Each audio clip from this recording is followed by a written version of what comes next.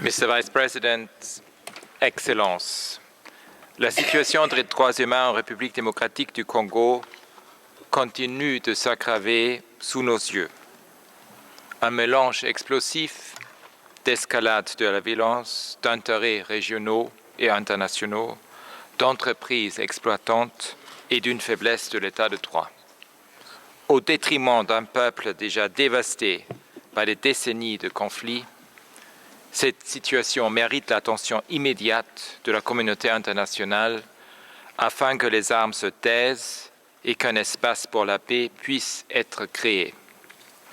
Lors de ma visite dans le pays en avril, j'ai soulevé plusieurs questions qui restent d'actualité. Tout d'abord, l'impératif de mettre fin au conflit à l'Est. Le nombre de victimes de violations et d'atteintes aux droits humains et de violations au droit international humanitaire continue d'augmenter. Entre le 1er juin de l'année passée et le 31 mai de cette année, 85% des violations et atteintes commises dans les pays ont eu lieu dans les provinces touchées par le conflit dans l'est du pays. Les membres de groupes armés seraient responsables de 61% d'entre elles, ainsi que d'attaques meurtrières contre les civils et des infrastructures civiles, notamment des écoles et des hôpitaux.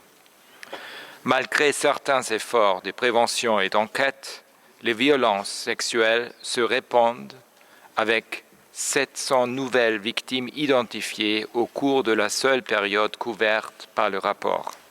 Les groupes armés enlèvent, retiennent en captivité et soumettent les femmes et les filles à l'esclavage sexuel.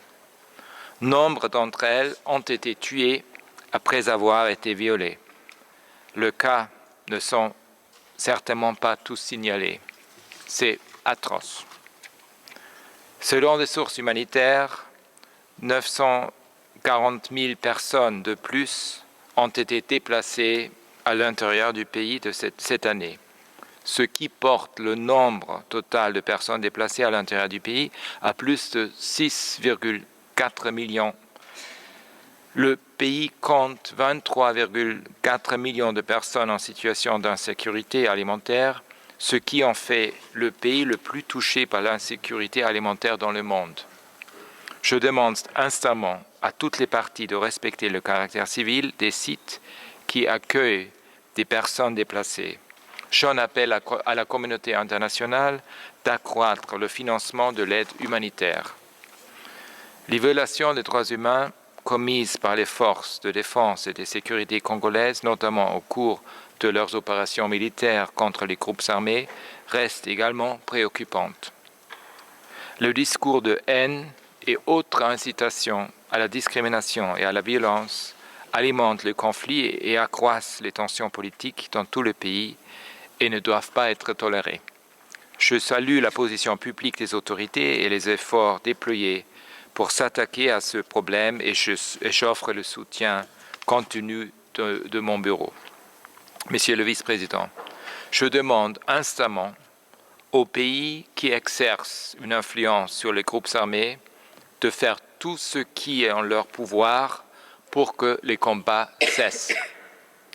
Tout rôle joué par le Rwanda dans le soutien au M23 au Nord Kivu et par tout autre pays soutenant des groupes armés actifs en RDC doit cesser. Les autorités doivent être pleinement en mesure d'assumer leur rôle dans l'Est pour assurer la sécurité ainsi le service public essentiel. L'État doit également combattre l'impunité et offrir des recours efficaces aux victimes de violations et d'atteintes aux droits humains, y compris l'accès à la justice grâce à un système judiciaire équitable et efficace. J'encourage la revitalisation des processus de Nairobi et de Luanda. Et mon bureau est prêt à soutenir la mission de la communauté de développement de l'Afrique australe en République démocratique du Congo, SAMIR DRC, et les pays contributeurs de troupes dans le développement et la mise en œuvre d'un cadre opérationnel solide pour les droits humains et le droit international humanitaire. Le retrait progressif de la MONUSCO devrait être entrepris de manière responsable et en temps opportun, en veillant à ce que la protection des civils reste au centre des préoccupations.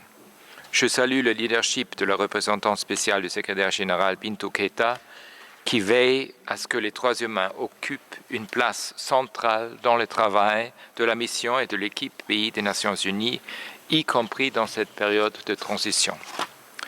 Deuxièmement, la lutte contre l'impunité et le rétablissement de la cohésion sociale.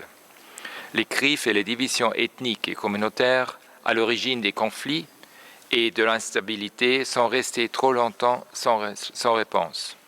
Et ils persisteront si l'on ne s'efforce pas de reconstruire la cohésion sociale. Pour ce faire, l'obligation de rendre des comptes est essentielle. Je salue les efforts déployés par les autorités dans ce domaine. Entre juin de l'année dernière et mai de cette année, 79 soldats des FARDC, 23 officiers de la PNC, 315 membres des groupes armés et 105 civils ont été condamnés pour les infractions liées à des violations et atteintes graves aux droits humains. Il faut aller encore plus loin. Des mécanismes efficaces de résolution des conflits formels et informels doivent être mis en place.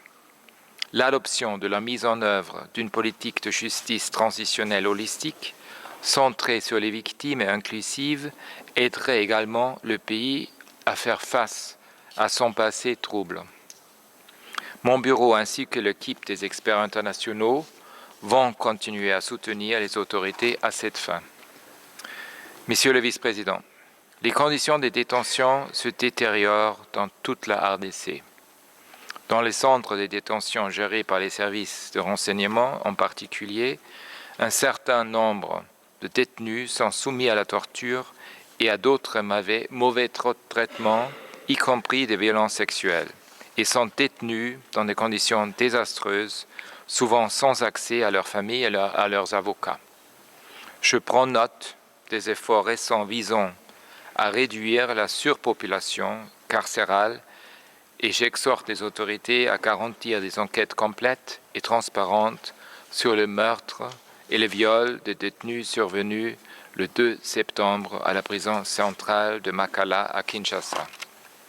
L'indépendance de mon bureau dans la conduite des enquêtes constitue un moyen de soutien pour la protection des droits humains en RDC.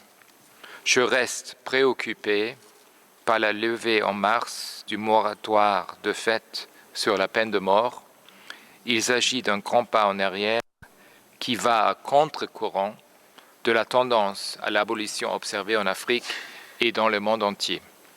128 hommes ont depuis été condamnés à mort par les tribunaux militaires. Je demande instamment aux autorités de veiller à ce que ces condamnations ne soient pas exécutées et de finaliser le processus législatif déjà en cours en vue d'abolir la peine de mort.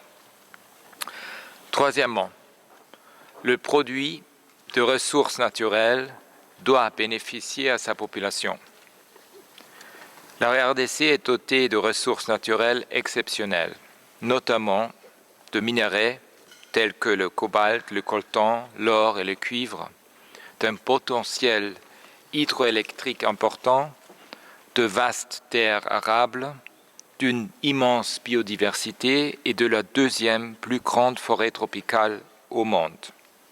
Pourtant, l'accaparement des ressources provenant de l'exploitation illégale et du commerce illicite de ressources naturelles de la RDC, avec la complicité d'entreprises à l'intérieur et à l'extérieur du pays, ainsi que la prolifération et le trafic d'armes continuent d'être parmi les principaux moteurs de la violence actuelle. Cette situation plonge également la population dans la pauvreté. La RDC est l'une des 5 nations les plus pauvres du monde. Environ 1 personne sur 6 vivant dans l'extrême pauvreté en Afrique subsaharienne vit en RDC. Cette situation est inacceptable. Ce qui me frappe, c'est de savoir à quel point la situation dans l'Est est liée à notre vie quotidienne, comme nos portables qui sont nourris par les minéraux de l'Est. J'exhorte les autorités ainsi que les acteurs régionaux et internationaux à se pencher sur ces questions et les acteurs du secteur privé actifs dans ce domaine à assumer pleinement leurs responsabilités en matière de droits humains. Dans ce contexte, je tiens à souligner le travail du panel mis en place par le secrétaire général des Nations Unies sur les minéraux critiques pour la transition énergétique. Il serait très important d'étudier et d'utiliser les recommandations formulées dans le rapport final. Messieurs les vice-présidents, les habitants de la RDC sont épuisés par la violence, épuisés par le conflit, épuisés par les horreurs de leur vie quotidienne. Ils ont besoin d'avoir et surtout d'envisager un avenir. Les défenseurs des droits humains qui défendent sans relâche la dignité et la paix doivent bénéficier de tout notre soutien. Assurer la paix, le développement et le renforcement de la cohésion sociale en RDC doit être notre objectif commun. Il incombe à toute personne de ne pas détourner le regard et de travailler avec constance à cet avenir. Je vous remercie.